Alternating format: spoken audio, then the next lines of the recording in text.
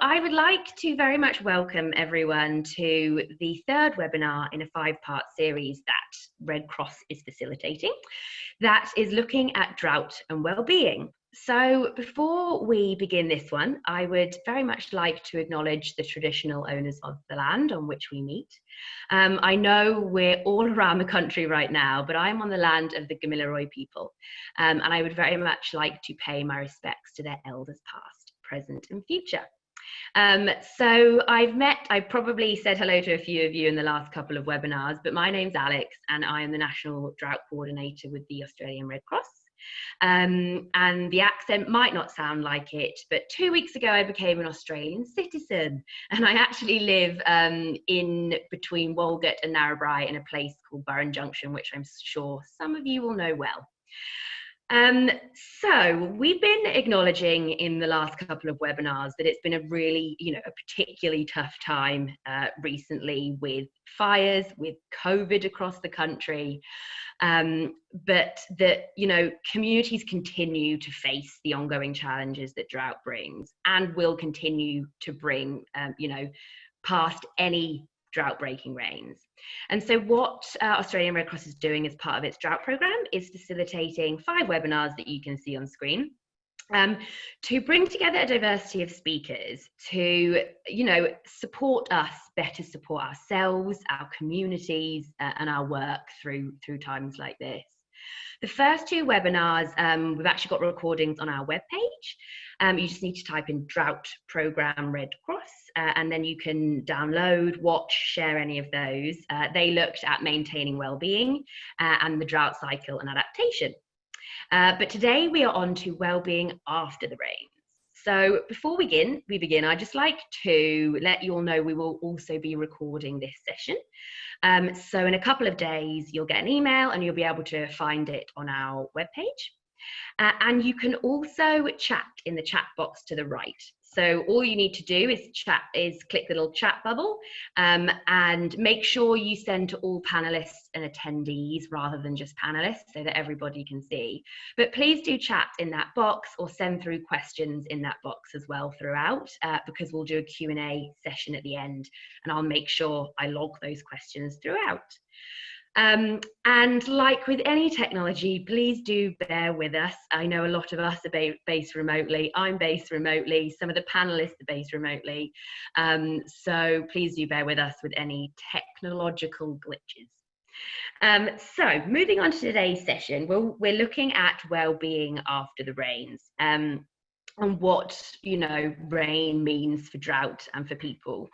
And this is something I think is incredibly important to discuss and acknowledge, that despite the welcoming of rain and rain, bringing hope, that rain doesn't mean that challenges are over or end. And it doesn't mean that the experience of rain is the same for everybody. So to do this, because I'll stop talking soon, we are really lucky to have 3 speakers with us today. First of all, we've got Dr. Lynette Bettio, who is a senior climatologist at the Bureau of Meteorology. And she's going to be looking at some rain predictions, the complexities of what rain means for drought and drought recovery. Then we're welcoming back Dr. Jacki Schirmer, who is an associate professor at the University of Canberra.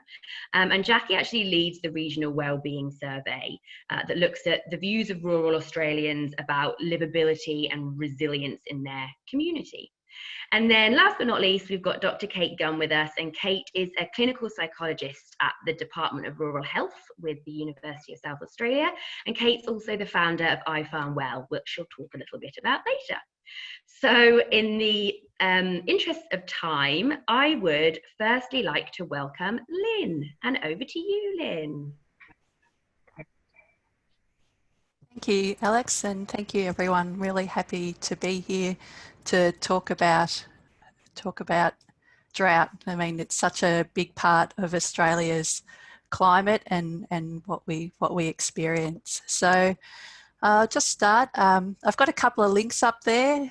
So I work at the Bureau of Meteorology, and I've got the first link I've got up there. Unfortunately, it's gone blue and you can't see it very well, but bom.gov.au/climate/drought. And that's our drought statement that we've been putting out for over 50 years at the Bureau of Meteorology. It was a drought in the 60s where the government said, we really want to understand what's happening with rainfall in our country. So they started putting out a drought statement. It's actually pretty similar to what we're doing today, looking at ranking rainfall and how much rainfall has fallen compared to the past. And I've also got a photo there of a bushfire. So we've all seen over the summer, it was a horrible time, and a hard time for Australia, but also just acknowledging that drought is really a catalyst for so many things, really leading into those dry conditions and those bushfires that we saw. So also, I'll just, off that drought page, the second link there is a drought knowledge centre. So you can get to it off the drought page, but it's actually just a week old, so you'd probably be some of the first people to look at it because we haven't publicised it. But we've also got a history there of some of Australia's past droughts that you might like to explore, and there's some good information there. So I'll get started. And we know Australia's climate is highly variable. So I've circled a few years there, and a lot of Australia's climate is in response to El Nino or La Nina events collectively. And so these is where we see changes in sea surface temperature in the tropical Pacific, and those changes in sea surface temperature in the tropical Pacific, only about 1 degree, can affect the weather patterns that we see over Australia. So those droughts and flooding rains. And then we sort of knew about El Nino since the 80s. I don't know if you can see it there for Southern Australia, 83. It's one of those earlier red ones going down, but that 82, 83 El Nino really led to severe drought over parts of eastern Australia. But in recent years, what we've seen is, though we have that high variability, we've started seeing more of those drier years and less of those really wet years, less of those recovery years. So we still have that high variability, we still have those wets and dries, but just less of those really wet years.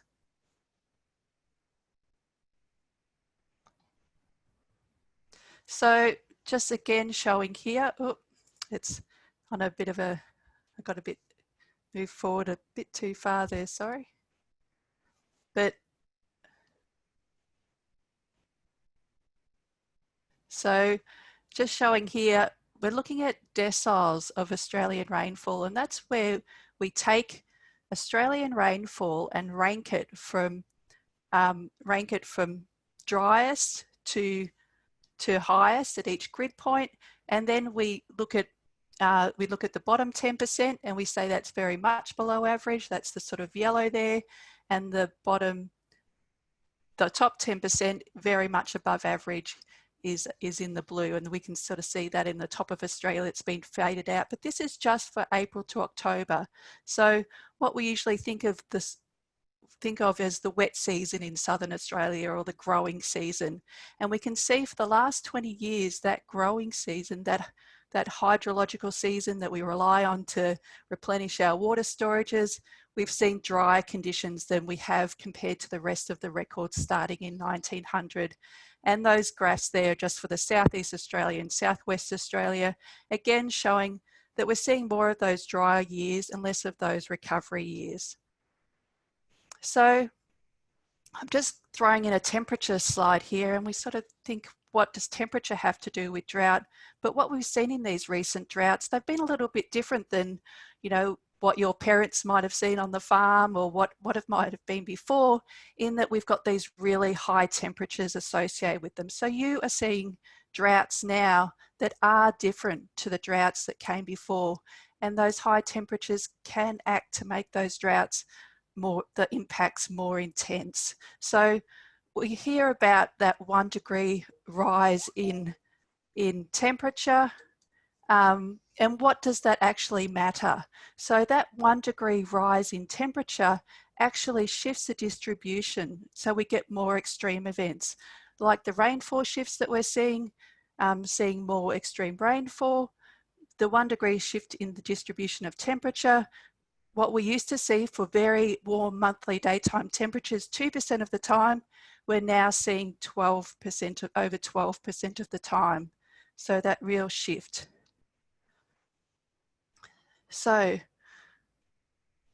we've seen those temperatures rise, that impacts on drought, and so we've seen those dry conditions. So what have we seen recently? I just clicked and I'm scared to click again. I'll try clicking again.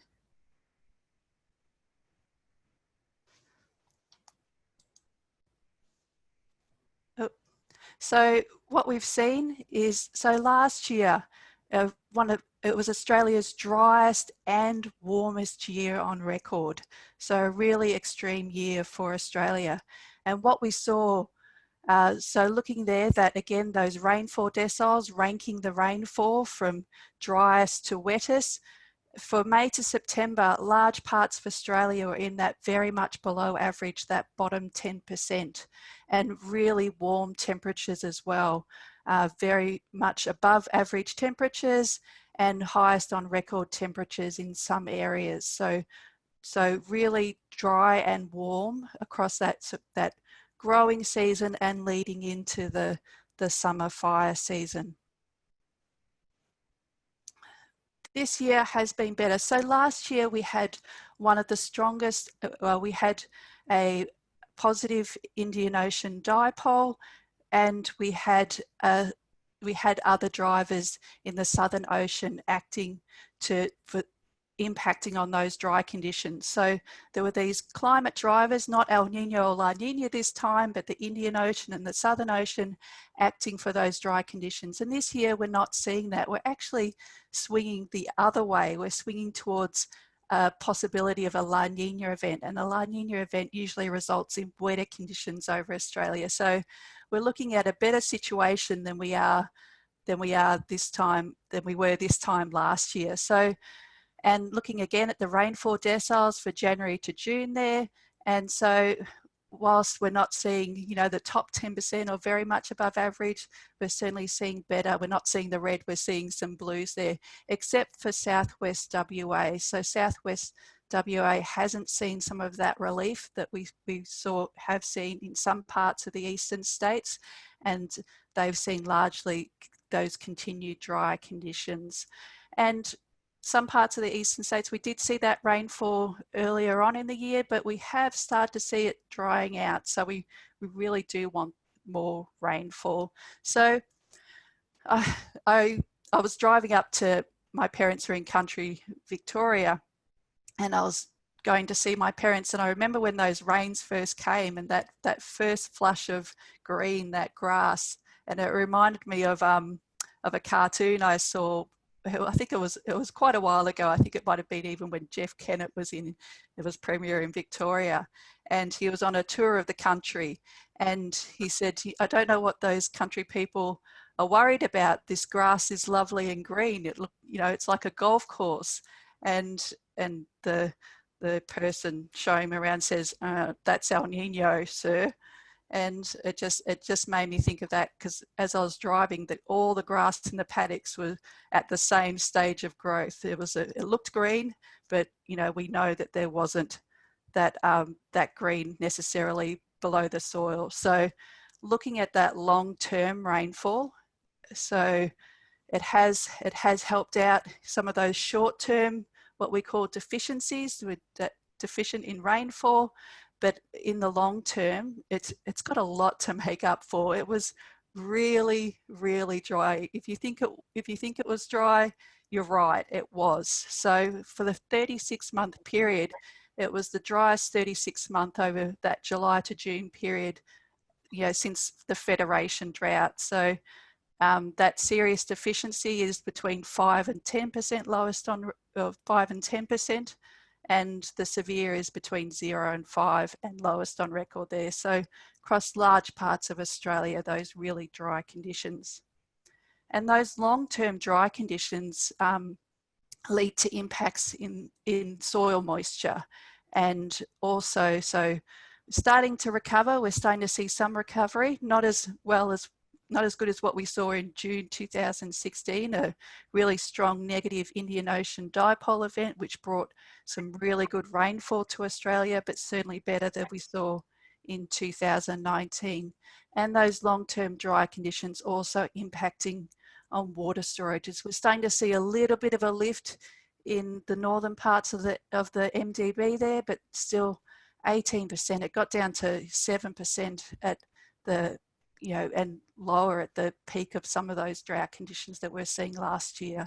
And also, if anyone's watching from northern parts of Australia, two failed wet seasons up there. Usually at this time of year, after the wet season, you'd expect those storages to be up at 100%. So after two failed wet seasons, we're seeing low storages in those areas too. So looking at the climate influences, I did mention La Nina. So I just want you can have a little bit of a read through that, or go to our bom.gov.au/climate/ENSO page, or you can get to that off our /climate page. So our ENSO dial is currently at La Nina watch. And why it's at La Nina watch is that figure there of the global map, and you can see a little square in the tropical Pacific around those cooler temperatures there. So cooler temperatures there are indicative that we might be seeing a La Nina event develop, and that usually means warmer temperatures near Australia and more moisture and wetter conditions near Australia. So we'll be keeping an eye on that one and hope it develops further into a La Nina event. So what are our models saying? For the rest of July, I haven't shown it here, but you can go to our website again and get that. It's actually looking at dry conditions for the rest of July, but with that possibility of a La Nina, the longer term outlook is looking towards wetter conditions. So, so what this is here is the chance of exceeding the median rainfall for August.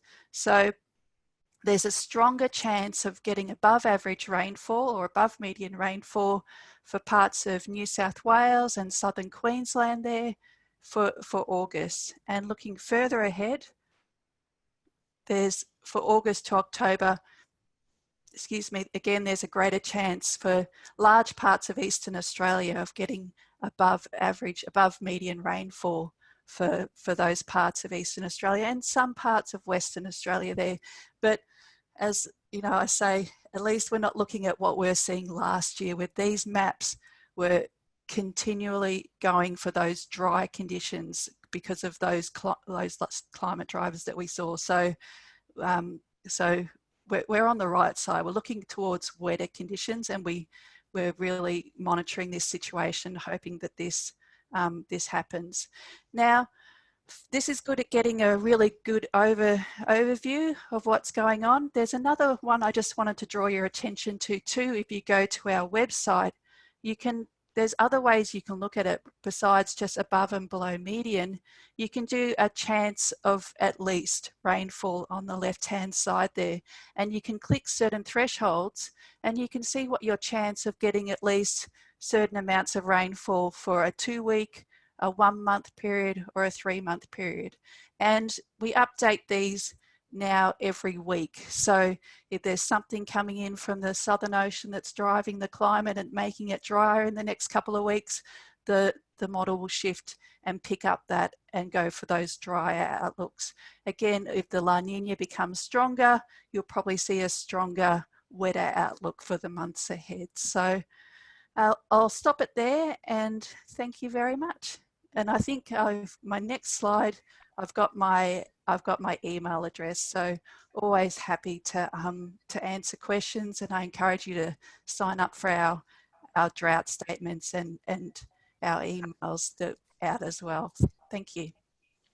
Great, thanks ever so much, Lynn. I think it's great to set up the session with actually looking a bit about what's happened and some of the forecasts. So that's wonderful, thank you. And like we said, please do pop any questions in the chat box, and we will log them for the end. We're being very strict on time, so we can make sure we have a good Q&A session at the end. Thanks ever so much, Lynn. What I'll do is now move quickly and pass over to Dr. Jacki Schirmer. Over to you, Jacki. Hi everyone, and thanks for coming along today.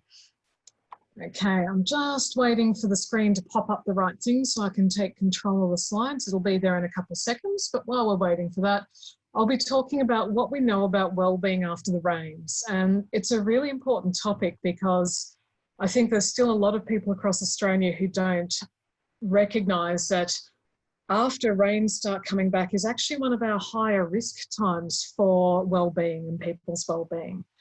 Now, I'm just seeing if I can pop that up.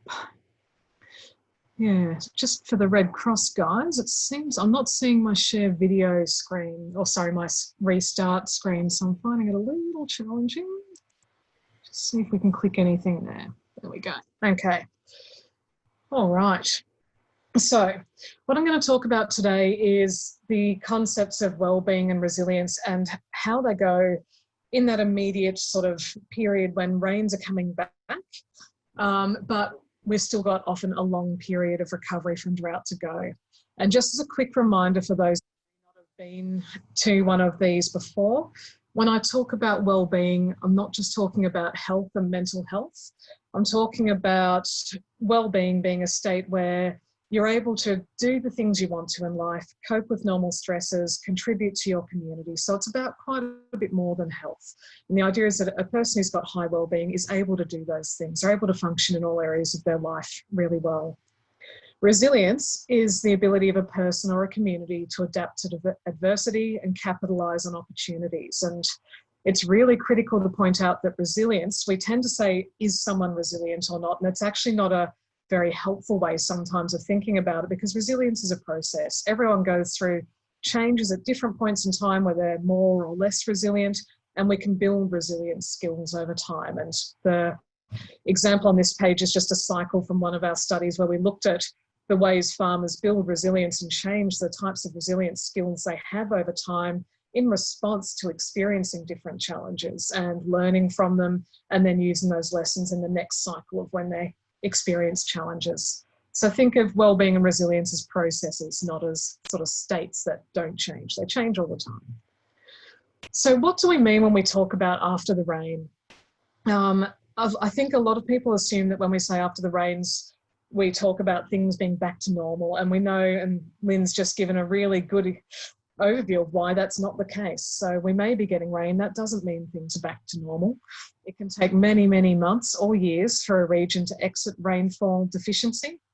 And as well as that, beyond the sort of climate related changes, so it can take a long time for soil moisture to come back, it's also, the end of drought is very different for different people. So a couple examples just to talk through what I mean here.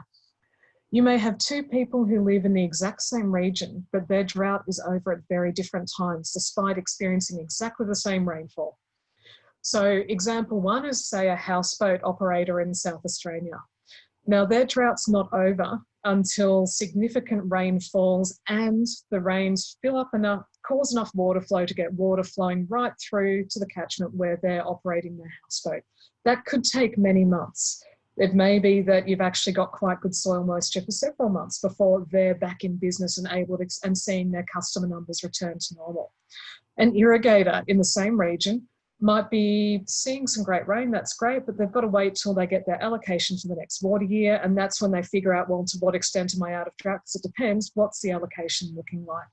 And I can give tons more examples of that. So the point here is that when we're talking about after the rains, we're talking about a really variable process that, for one thing, takes a long time, because we have two stages. We've got rain coming back, but we're not yet out of drought. We've got enough rain to technically be out of drought from a meteorological perspective or a climate perspective, but we've got people who have very different timeframes for coming out of drought and when they've got opportunities to resume normal operations.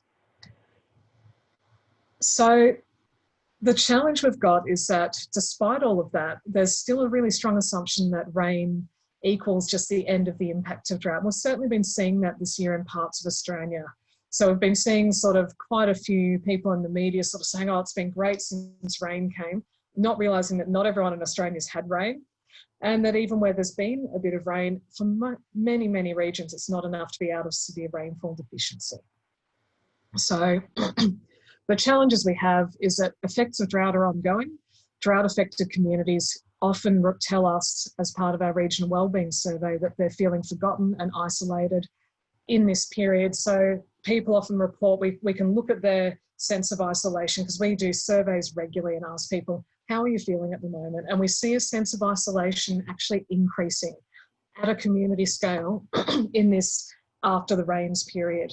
And that's as attention to drought and support for drought tends to decline, but people are still often experiencing very real challenges.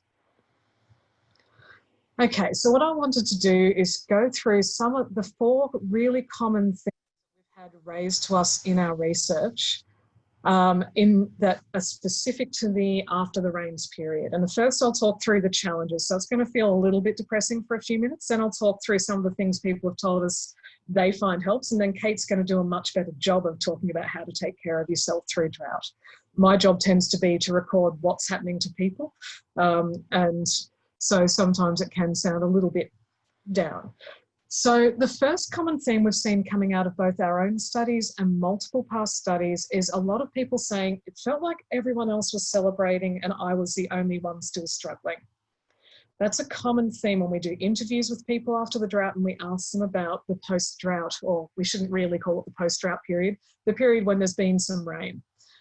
So, and we were surprised, well, we shouldn't have been surprised, but there tends to be an assumption when we talk to people in interviews, we've sort of said, well, so why did you feel you were the only one still struggling? Because we can see lots and lots of people in communities are reporting that drought's impacting them significantly. It doesn't matter that there's been some rain. And they sort of say, well, I don't feel like talking about the fact that I'm still having a few issues because it feels like everyone else isn't. So there can tend to be this social expectation where people want to talk positively because rains have come, and people can feel like that means they can't talk about the fact they're still struggling, so they don't get to find out that actually lots of people are feeling the same way and experiencing similar things. So we like to emphasise that it's important for everyone to recognise that drought recovery can take years. And that's normal, and we should be helping people through that process and expecting that to be normal rather than sort of thinking a switch gets hit and that we just suddenly recover. We need to recognise that that can be associated with increase in feelings of isolation, and we need to make sure that people feel able to talk freely about what they're experiencing in drought recovery, and that there's realistic expectations of people after drought. One of the things we've certainly heard in some of the work we've done when we've gone and said, what was one of the more challenging things you experienced? There's quite a few people who have said to us, it's when people sort of said, oh, you must be feeling great now the drought's over. And the drought wasn't over for them. So one of the ways we can support each other is by recognising that the drought isn't over and recognising that and giving those opportunities. And instead saying, you know, it's great that some rains happened. How are you feeling? What's happening for you now? Is a way we can acknowledge that there's a bit of hope, there's rain happening, but that there's still ongoing issues. Okay, so that's a common one. The next really common one, which I'm going to talk about a bit because it's pretty relevant to what I think most people are going through at the moment, is people saying, well, yeah, we had some rain. It was great for a couple months. We were getting some soil moisture profile back. We were seeing some initial regrowth of pasture, or people were feeling a bit more optimistic in town. And then we were hit by, and you can insert your challenge here. So it might be a flood. It might be a bushfire. It might be a pest outbreak. It might be COVID-19. And I think, and that's often where we see wellbeing really fall. So there's 2 things here. The first one is, this is what we call cumulative events. You've experienced one challenge and then you get other challenges that compound that. And it's surprisingly common, but surprisingly unrecognised. Particularly one of the challenges we see is it tends to be unrecognised by policymakers. So we tend to see support programs that are in place not necessarily coping very well in terms of providing support for people experiencing multiple things at once. And of course, the effects of drought can make the impacts of subsequent floods or fire, pest outbreak worse. You're already in a difficult position. You may have had reduced income for several months, which makes it harder to then cope with another big expense or impact on your income. Or from a farming perspective, your topsoil's more at risk of being washed away when you get a flood or things like that. So just to give you a sense of how common it is to have these cumulative impacts, this graph on this page, this slide, shows from a sample of farmers across Australia. We had 4,000 farmers across Australia in the light green and 1,400 in New South Wales in the dark green. And we asked them in the last 5 years how many climate-related challenges they'd experienced. And we defined a challenge as experiencing something and it had a material impact on their farm business. So it had a real impact on their ability to run their farm business. And the 6 we asked about were drought, cold snaps, heat waves, bushfires, severe storm that caused damage, and floods. In the 5 years before they did our survey, there was only 28% of farmers who said they'd had 0 or 1 challenge, and most of those had had 1. There were 41% who'd had 2 or 3 of those happen, and there were 32% who'd had between 4 and 6 of these happen. So the point here is that it's more normal than not to experience these cumulative challenges. And that's really important from a wellbeing perspective, because we need to recognise that that's actually quite a likely event. And we need to recognise that it does impact wellbeing. So this rather complicated horrenda graph, and my apologies for it, is showing a measure of wellbeing. So it's turning people into columns of data, and my apologies for that. It's not a nice way to represent wellbeing. But what it's showing you is it's comparing farmers who've experienced different levels of difficult times. So on the left, the first column, which is much taller, is showing the average wellbeing score of farmers who said to us in our survey, in the last few years, I've experienced hardly any difficult times and have had hardly any effect on the farm. And you can see that that column extends up above the blue line that's cutting across. That blue line is average wellbeing across Australia. So you can see that the people who've been lucky enough to have no difficult times actually have better wellbeing than the average. The people who've experienced some difficult times, their wellbeing's at about the Australian average, because some difficult times is relatively normal for a lot of farmers. The people who are experiencing the third one across, multiple types of difficult times, moderate and large effects, their wellbeing's going below average, and those experiencing a high number of difficult times, their wellbeing is much, much below average. So the point is that we experience these increasing wellbeing challenges as we hit with more things. And it is increasingly challenging to maintain your wellbeing. And yet we are seeing a lot of people, particularly at the moment, experiencing these multiple challenges. So it means we do need to be kind to ourselves and recognise we're experiencing these challenges to our wellbeing.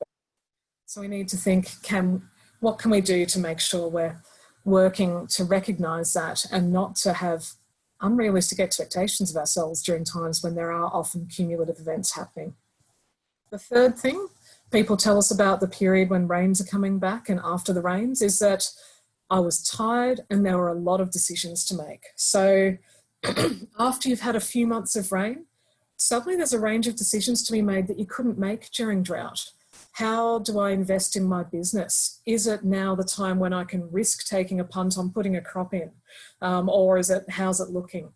And often these are decisions that, during the drought, you couldn't make these, and you've suddenly got a bigger range of decisions, but you've also had a lot of stress for a long time, which is impacting your ability to make those decisions.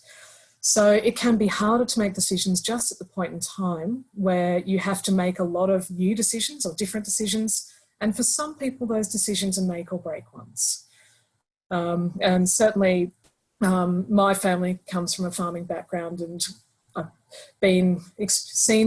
watched that situation multiple times. And it's really challenging when you're saying, well, we've through drought experienced these challenges. We've got just enough left to be able to take a punt on a crop or on doing this.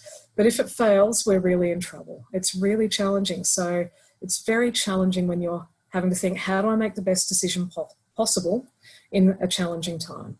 Okay.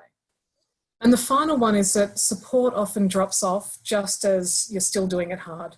So there's often a lot of pressure for support programs to be withdrawn quite early after rain returns.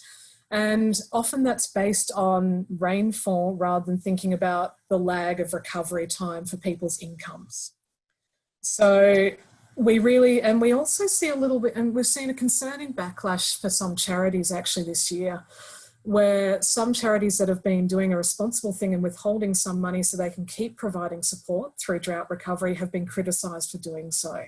And it's this after the rains period where that sort of public criticism causes problems because it reduces people being actually able to keep accessing support when they're needing it. So now I want to go, this is my final slide, and talk through what are some of the things we've found help with these things. So yes, these are common problems, but we've also found there's a lot of people who talk to us about what's helped them when they're experiencing that after the rains. So this is very much coming from our direct interviews and surveys. When we've asked people, when you felt like you were the only one struggling, what helped? They say, oh, what really helped was when someone else said they were still having a hard time too. And what really helped was creating space where people feel able to share what they're experiencing so they feel not alone. If we can reduce that feeling of isolation, it helps a lot. If we can also make it so people don't feel everyone's expecting me to be recovered, that can help a lot because it says, okay, I'm actually doing pretty good. I'm still in a recovery phase, but you know, I'm doing this and this and this, and no one's expecting me to feel like going out and celebrating just yet. That's actually what people said. We've even had people say, it was great when, yeah, I felt like I didn't have to pretend everything was fine. So just making sure you can do that really helps.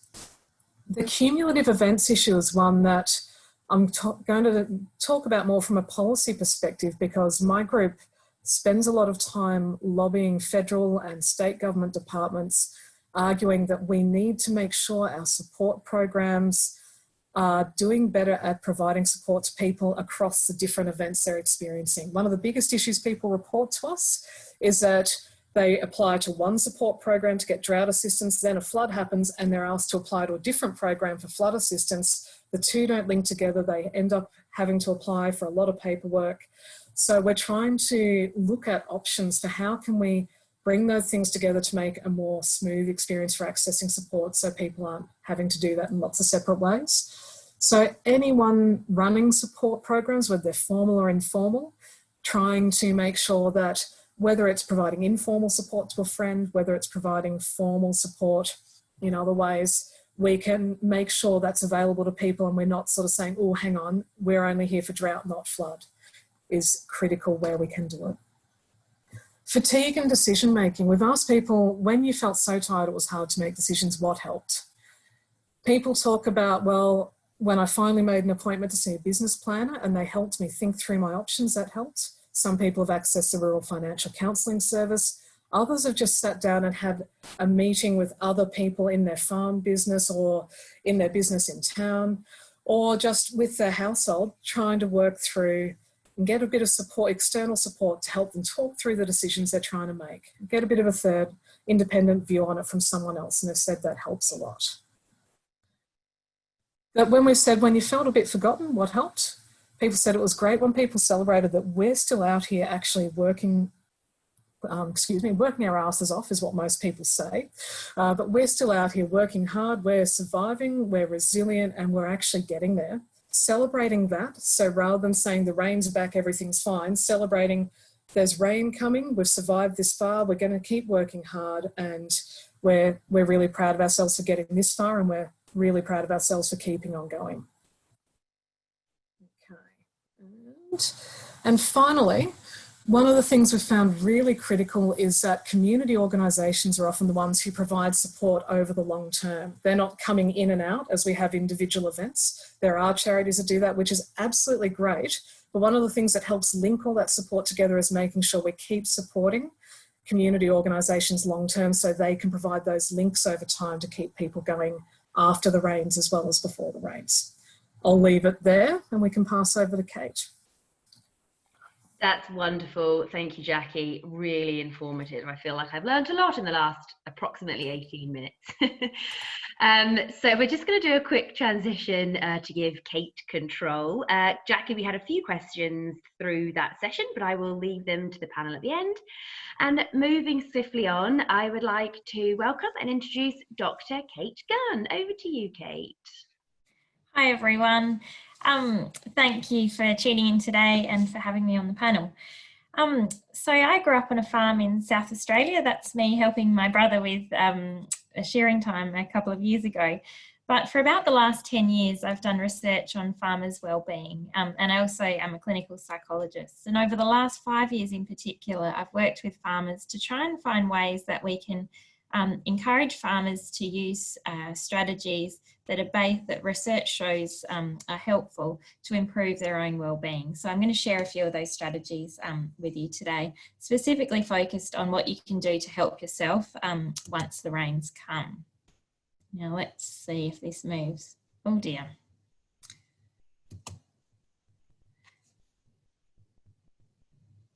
Okay. Great. So as Jackie has already touched on, the first really important thing we all need to do is to be realistic. And I think what can happen is people can spend a lot of time telling themselves that when the rain comes, things are going to get a whole lot better.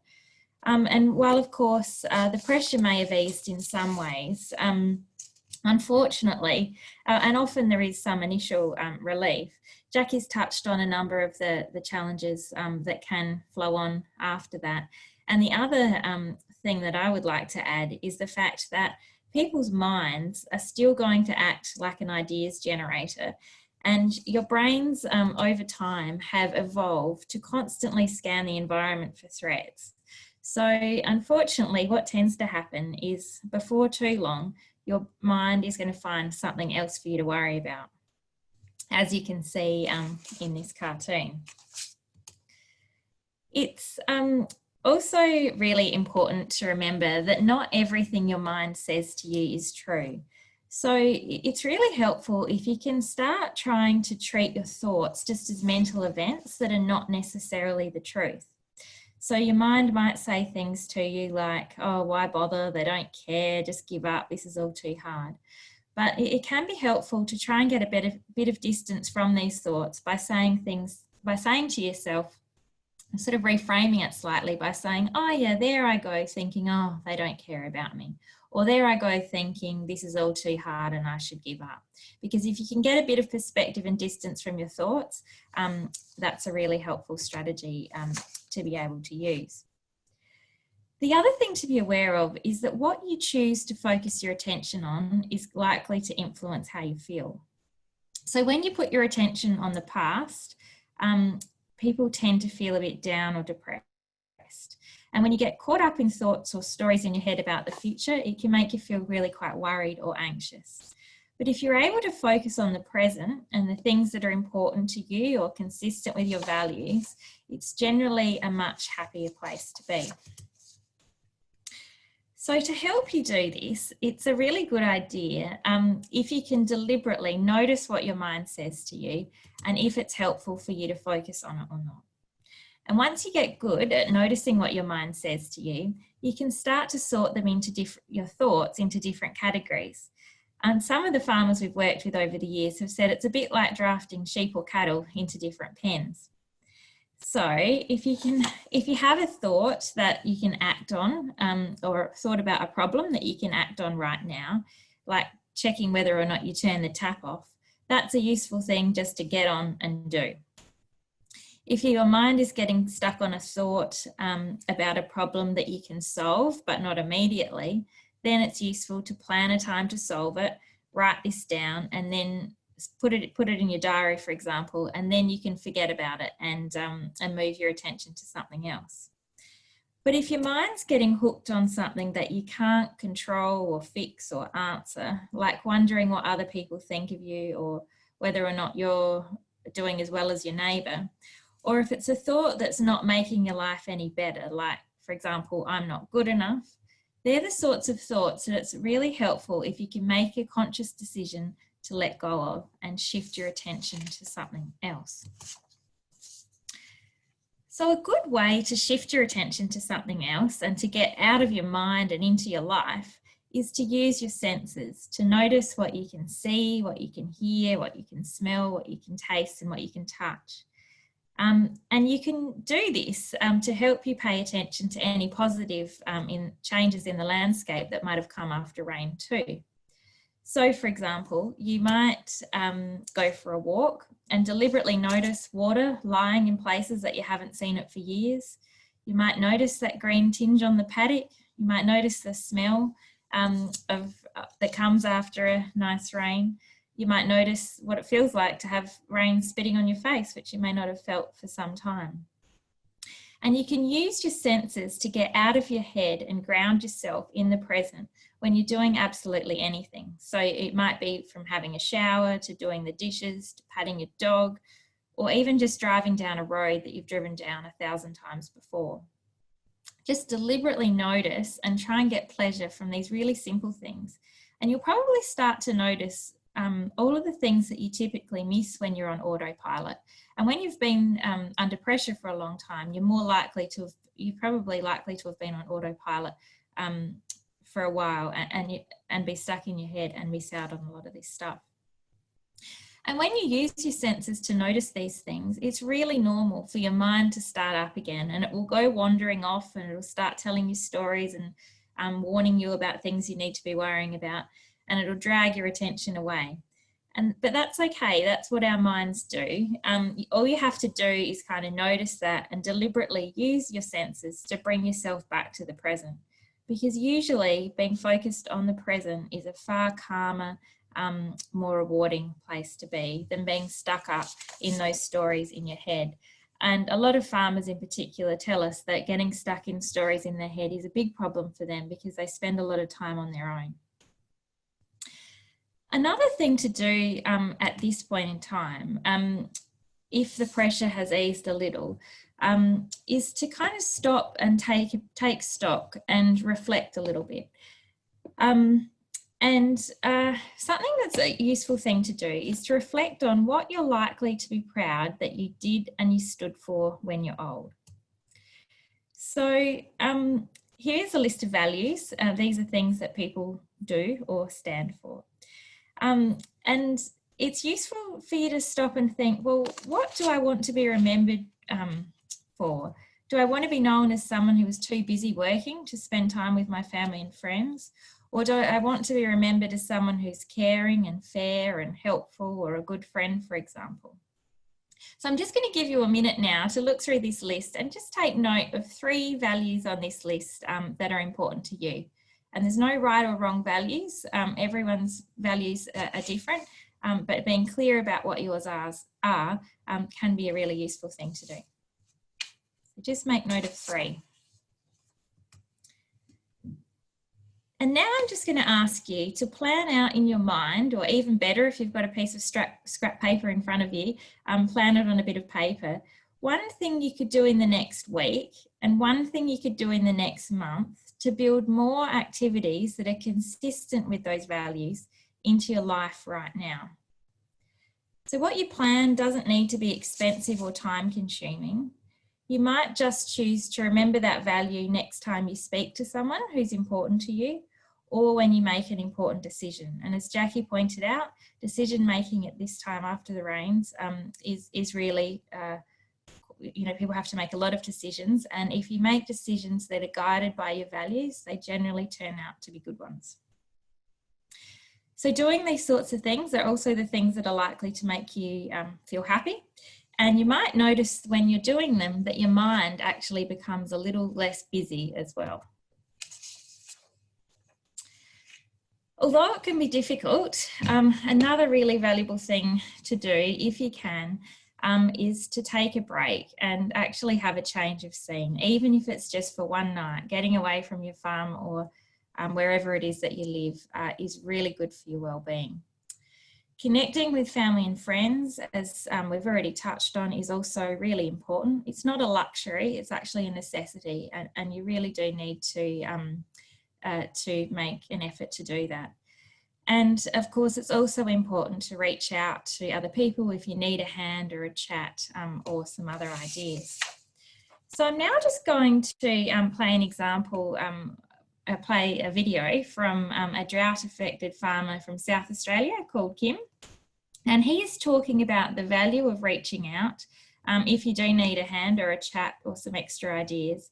And he's also someone who's managed to implement a lot of the strategies that I've just described today into his life, and he's found it really helpful.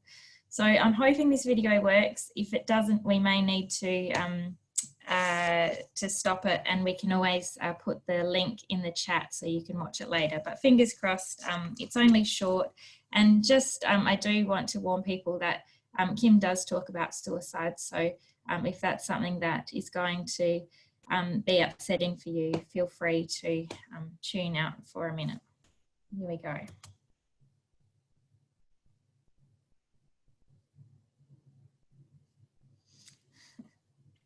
You may need to do another click so it actually presses play, I think. Yeah.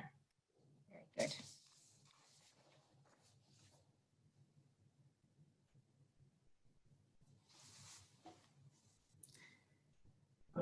There have been a number of times when you do contemplate suicide, you get up in the morning and you really don't want to go on.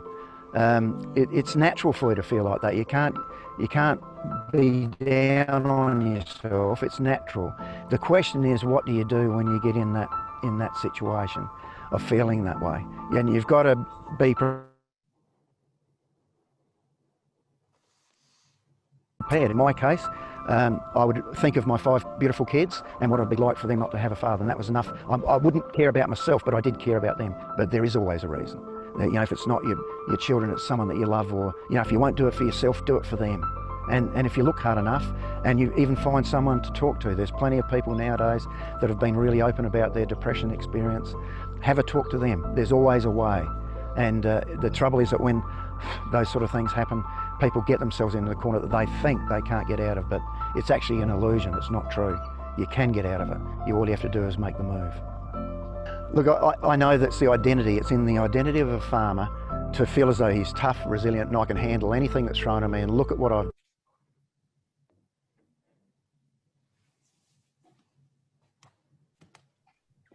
Okay, looks like we may have lost it. Sorry, Kate. That's all right. Are you okay to explain the video perhaps, and we'll see if we can get the PowerPoint back up? Yeah, yeah, I've totally lost the PowerPoint. Yeah, I think we may have lost the host as well, but I will give it a go. Okay, right.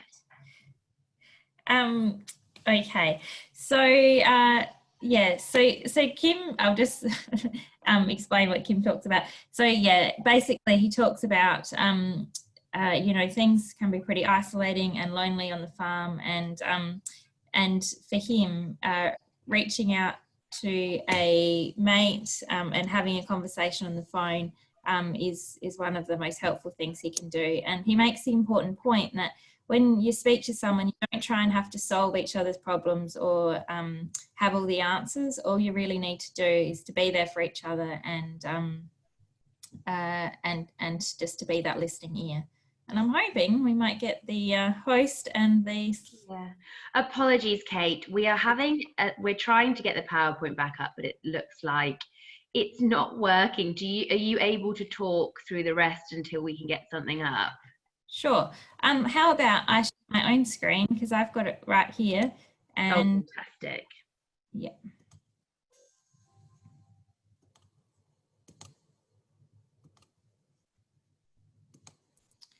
Okay.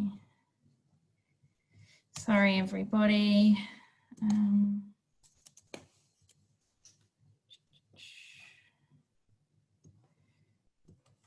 Okay.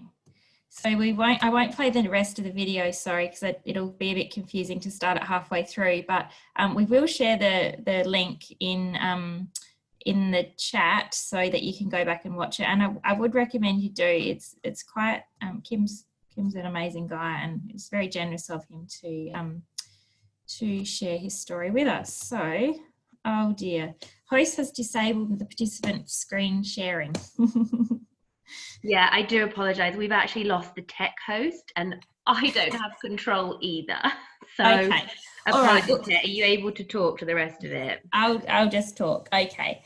So now I wanted to change focus slightly and talk about how you can lend a helpful hand or an ear to other people. So we've talked a bit about things you can do for yourself, but as Jacki's spoken about, it's also really important to create a space for other people to talk about how they're feeling, and also enable a space for them to share negative emotions, which you know, social pressure doesn't always, people feel that that's a bit of a difficult thing to do often, but if you create a space, you can certainly make it a lot easier for people. Now, I'm not sure what's happening, but I'll just keep talking. As we touched on from Kim, oh, here we go. As Kim touched on, suicide is prevalent in the farming community, and it's something that needs to be taken very seriously. So if someone is at risk of suicide, you really do need to take direct action by calling 000 if they're about to harm themselves, or if you can do so and keep yourself safe, it's a good idea to take them to their local GP or emergency department, or call your local mental health triage team for further advice. And the number that you would call varies from state to state, so I'm not going to share that with you now, but yeah, they can provide good advice over the phone. But in the more likely event that you just want to be a supportive family member or friend, or you know, help out a neighbour, I'm just going to share a few tips with you about how to do that and how to create the space that Jacki said is so valuable. And we still don't have the slides, but that's okay. So the first and most obvious thing to do is just ask someone how they're going, or how they're coping, or how they're sleeping, or how they feel since they had the rain, and saying it in a way that, you know, as Jacki said, don't assume that they're feeling good because they've got a bit of rain. It might have actually brought up a whole lot of problems for them that they didn't anticipate. So, and I actually find when I'm working with people who are a bit reluctant to talk, if you ask someone how they're sleeping, it's a pretty, it's not a scary sort of thing for people to talk about, but it often opens up a conversation into other things that it's a good way in. So you could just say to someone, look, you seem a bit tired, are you sleeping all right? And that might be a way in. Then if you can kind of lead the conversation on to, then of course, whatever they say, you really need to listen carefully to, and not interrupt them, and respect their feelings and opinions, even if you don't agree with them. So this is not a time to try and correct people, just let them go. If you can then ask them what they're already doing to help them self-manage, that's a useful thing to do too, because it sort of puts them in a position of power and makes them feel good that you don't assume that they're already not doing anything useful. So, you know, people won't respond well if you go in with a whole lot of ideas on how to help them, if you don't already acknowledge that they probably have had ideas themselves. So ask them, what are you doing to try and help yourself manage that particular situation? And if they're doing anything that seems remotely useful, praise them up about it. We all like to be around positive people who think what we're doing is good. So tell them if you think what they're doing is good. But then if you have an idea about something else that might help them, well then after they've kind of given you their thoughts, you can come in with your ideas, and what your ideas are about things that might help them will vary depending on where you are. But if you can, a good way to convince someone to use a service or a resource or whatever is to get them to tell them a positive story about it. So even if it's a vague positive story like, oh yeah, I've heard other people are using that and it sounds pretty good, giving that personal kind of endorsement, I guess, breaks down barriers and makes it seem like a normal thing to do. So people are more likely to go on and do it.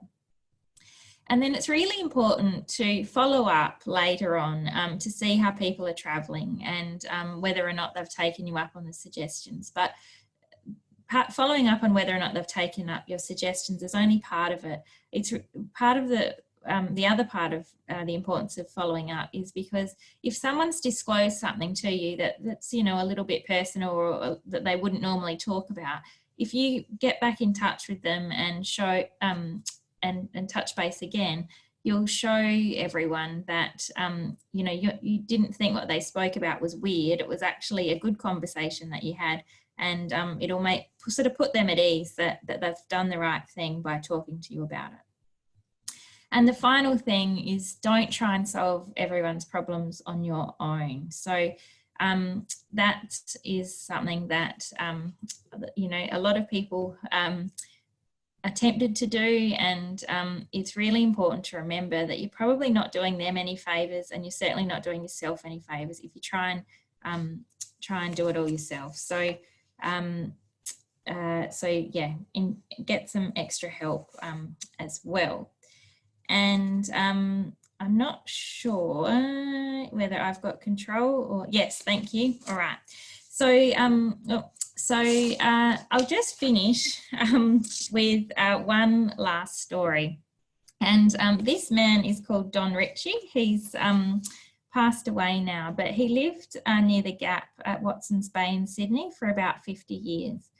And in that time, he's thought to have talked about 160 people out of suicide.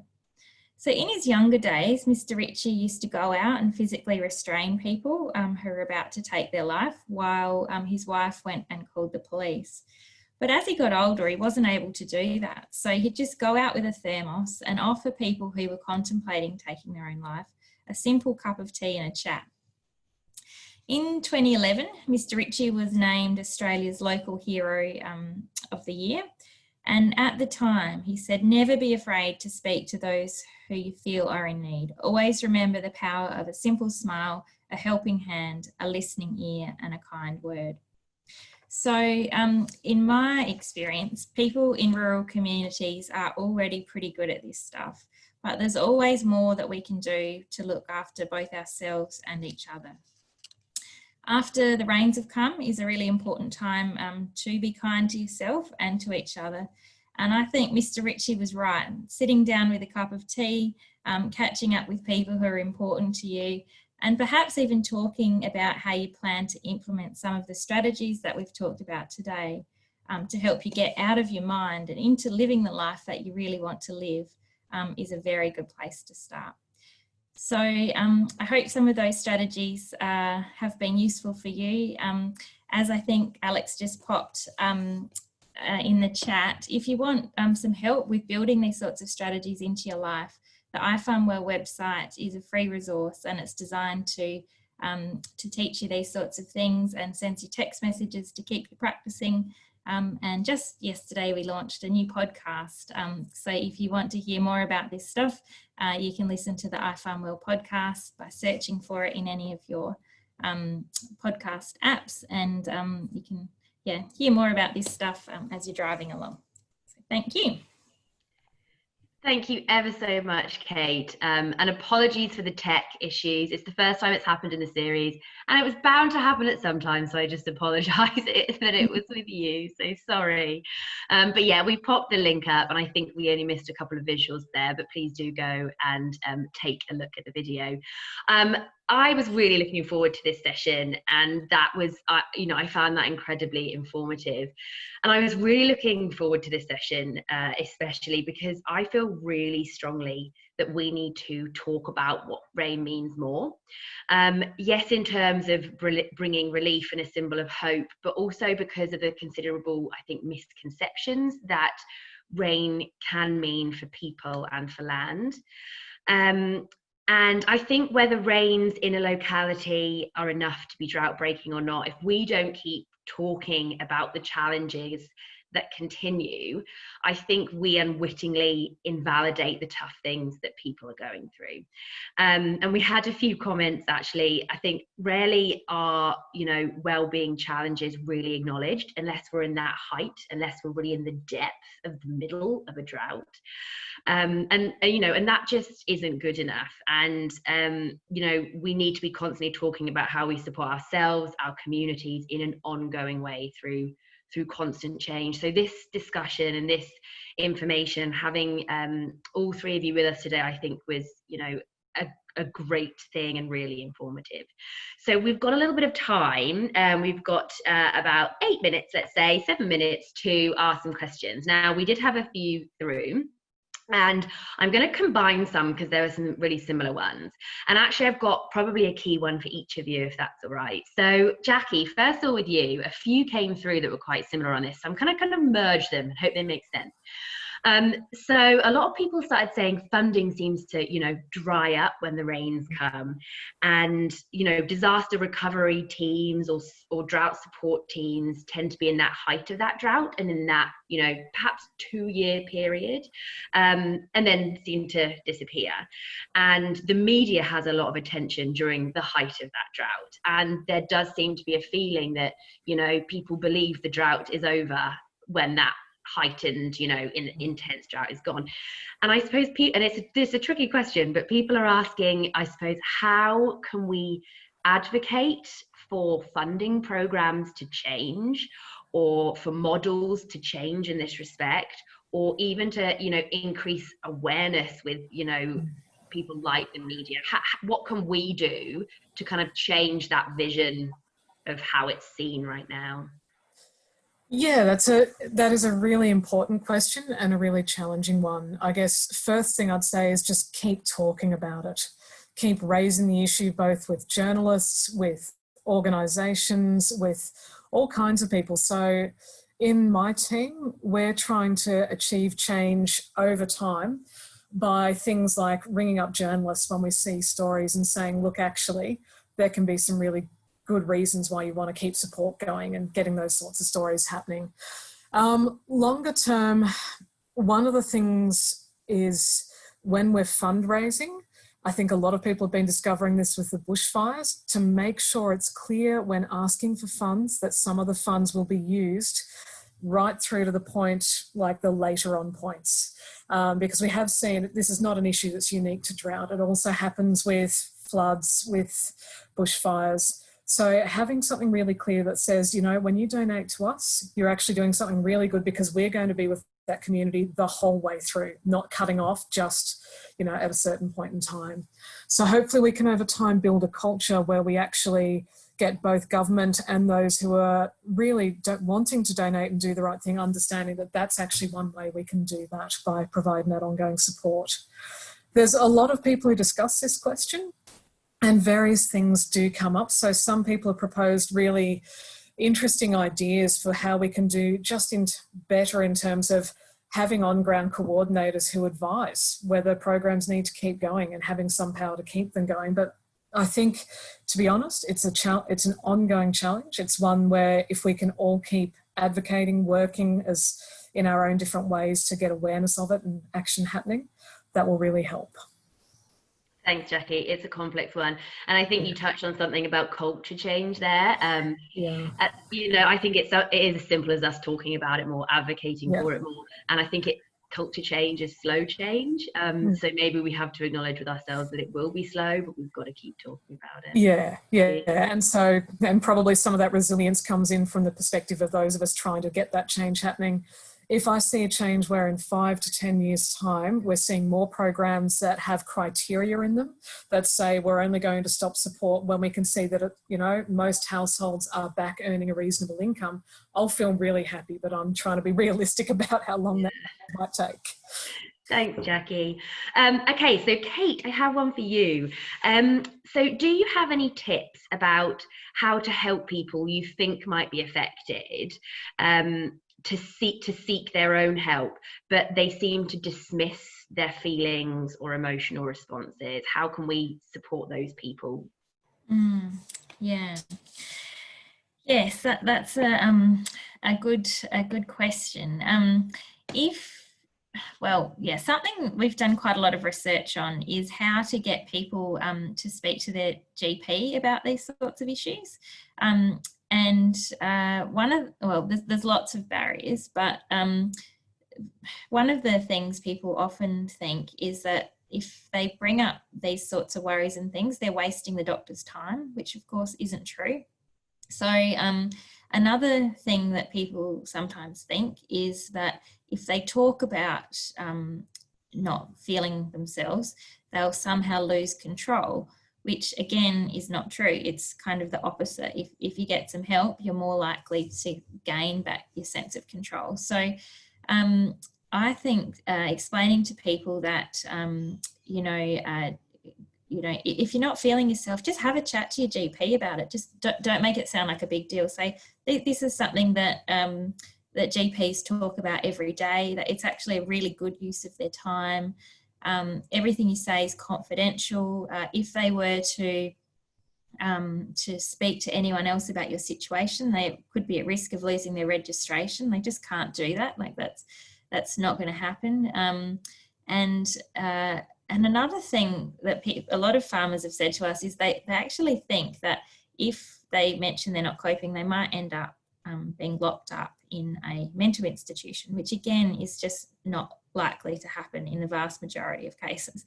So I think when you're having these conversations, if you can try and break down some of those ideas, it's really useful. And the other thing that is helpful is to say to people, look, if you don't feel comfortable speaking to your GP or someone in your local area, it's worth the drive an hour and see someone in the next town on, or if you don't feel comfortable with the first GP you see, try again. You're worth it. And actually on the iFarmWell website, we have a script that you can print out and fill out and take with you to the doctor, because a lot of farmers say they'll get in there and they won't actually know what to say. So and there's a video also showing someone having that conversation with the GP. So yeah, if you can share all of this information with them, try and break down some of the barriers and make them feel that it's not a big deal and it's worth investing in themselves. Great, thank you. It sounds like there's a lot of valuable resources on the iFarmWell website, so thank you, Kate. And last but not least, Lynn, probably a bit more of a straightforward question, but we've had a couple of comments that the BOM resources are really fabulous and really fabulous for farmers as well. Are there stats on who accesses them and where people are accessing them and how many people are accessing them? We do look at the stats because we're actually interested as well in, because I suppose we're just putting out that information, but we want to know what that information is being used for so we can improve that information. So, and perhaps tailor it more to people's needs. So, for example, we used to just put out rainfall information in our drought statement, but now, as we've discussed, it's not just about what rainfall you're getting, it's about some of those impacts. So now we're putting out soil moisture information in the drought statement, and we're also, just last year, started including information about water and water storages in our drought statement. So we do look at it. One of the more recent ones, probably in over about a year period, we had around 200,000 hits on the drought statement website, with an average time spent on page of about a minute, and that's actually pretty good for something like that. So people were taking the time to look at it and read it, and there is a lot of information on there, so and lots of things to click through. So we're still trying to work to try and improve that and make the experience easier to get that information you need. But there's of course government looking at it, but there's people, sporting clubs looking at it, I suppose looking at maybe their playing fields. There's local councils looking at it, there's farmers, there's businesses, there's a whole range of people, agribusiness, we've got people from overseas looking at it, universities. So there's a whole range of people that are using that website. Great, and it is, I it is quite a broad picture, but again, you know, if there's anything you need for your specific situation, yeah, please do contact us. Yeah, thanks, because it is really useful information. I suppose it's hard to know, is it getting to the people that would really benefit from it? But yeah, great to hear. Thanks, Lynn. So I'll just finish off really, really quickly to say that if you want any more information on the Red Cross Drought Programme, that if you just click to Red Cross Drought Programme online, you'll be able to find it, and you can find a whole range of offerings there.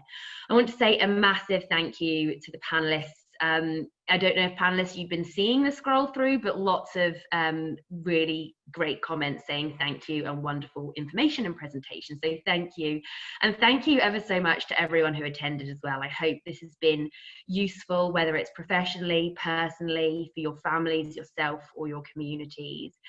Like I said, the recording will go on the website in the next 2 days, probably Friday, and you'll be sent an email with that link.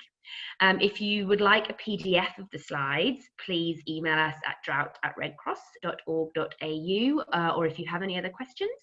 And in that email, we'll also ask you to do, and I mean literally, a 60 to 90-second survey just to get some quick feedback. So please, it would be much appreciated if you could spare that minute and a half when you get the email. Other than that, I hope that some of you can join us or promote to your colleagues or friends or family that the next webinar is on Wednesday, the 29th of July, and it's on family wellbeing in the face of drought and ongoing stress. But other than that, once again, a many thanks to our panelists, and thank you all for attending, and have a great day. And we'll leave this slide up just for a few minutes if you want to log down the email address. Thank you, everybody.